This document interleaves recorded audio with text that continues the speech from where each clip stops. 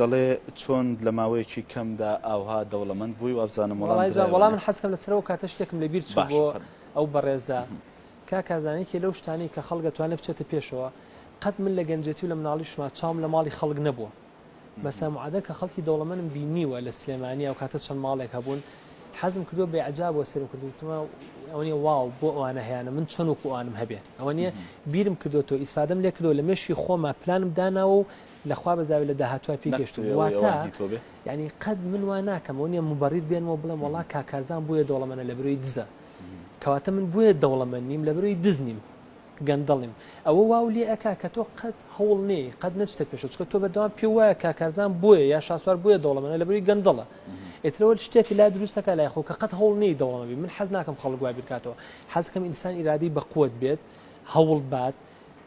لە جاتی جارە دەجار هەوڵ بە ئیش بکە ئەفکاری تازە هێبشتی جوانی هەبێت لەسەر شتی خۆی کە باوەری پێێتی شەڕ بکە ئەکیدم ڕۆژە لە ڕۆژانەیە بە خاوەنی شتی خۆی بەڵام ئەگەر تۆ پیوا بێ قەت نایی بە خاوەنی هیچ ئەکید بە قەت نایی بە خاوەنی هیچ باش یعنی من هەر حەزەکەم نمونەیەک تێشەوە بگەڕم ببوورە ینی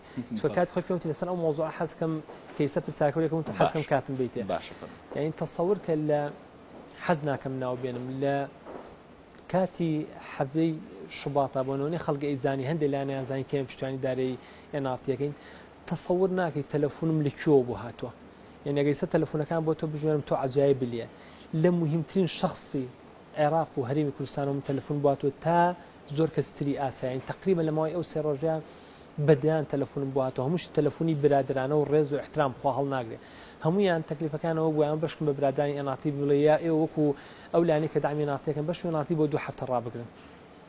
زۆر بە احترام و داوای لە بنوم لێکردو من ئەوم نەکردەوە من ئەکیدم هەچ کەسێکی تر بووە لە جیاتی من ئەو شخصانە تەلەفۆنیان بۆ بکردا هەڕەنە لە تەلەفۆنەکانەوە هەستانەتە سەر پێ بۆیان یعنی کە منش ئەکیدم یعنی ڕزم هەیە و ڕز و حرمەتم هەیە بۆیان بەڵام ئەکیدم من نەبوومە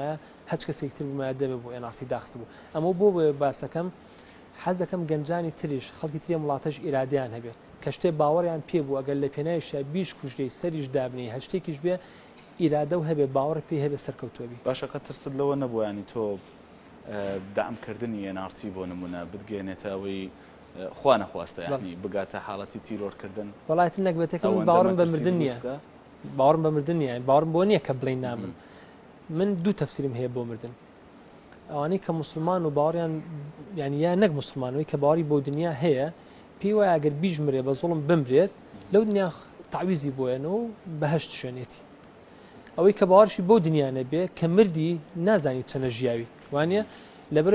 من لە هەردوو حاڵەتێک خۆم تاوان کەسێکی مسلمانم هیچ بەلامەوە مهم نییە بمرم نەمرم مهم نییە من ئەوم بەلاوە مهمە ئەو دقەی کە ئەژیم چەنە ئەژیم بڵین چۆن ئەژیم و چیم کردووە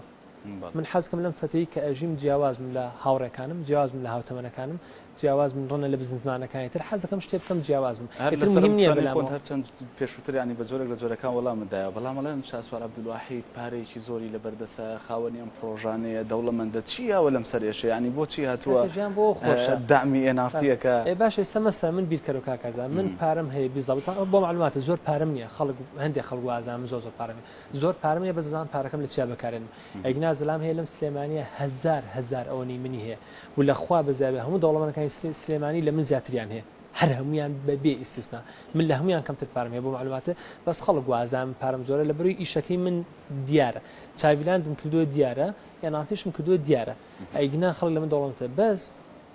کاکارزان بیرکەرەوە پارە قیمەتی چییە مەسەن من پارەم هەبێ بچم شەو ڕۆژ بەس لە گەڕان و لە سەفەر و لە سیاحەت و پارە بخەمە گرفان و پارە کۆکەمەوە دوای ئەوە یعنی ژیان چ تامێکی هەیە من پێم وایە خوا ئیمکانێتی کیاومەتێ پارەیەکی باشم هەیە حەزەکە من پارەیە لە پرۆژەیە کاسەر بکەم کە ئێوەمانان و ئێستا ئەو بینەرە بەڕێزانی کە گوێشیان لە منەوە هاوڵاتیانی وڵاتەکەم خۆشگوزەرانتر بن من پێم وایە لە ڕێی دەعمکردنی ئەم پرۆژەی ئەعلامیانەوە ئەتوانم بەجددی ڕکلامێکمان کرد و ئەتوانین وا بکەین کە کوردستان خۆشگوزەرانتر بێ من ئیستا ئەزام ئەم کوردستانە چەندی پارەتیە چەندی ئیمکانێتیە حەزەکەم هەموو گەنجێکی ئەم وڵاتە وەکو من پارەی هەبێ بۆیە ئەو پارەی کە هەمە تەخسیسی یەکەم لە پرۆژێکی ئەعلامی دایم پرۆژێکی ئەعلامیەکەم بۆی خەڵک چای زیاتر بکرێتەوە ئیشەڵڵا گوزەرانی خەڵک باشتر و خۆشتر بکەین باشە.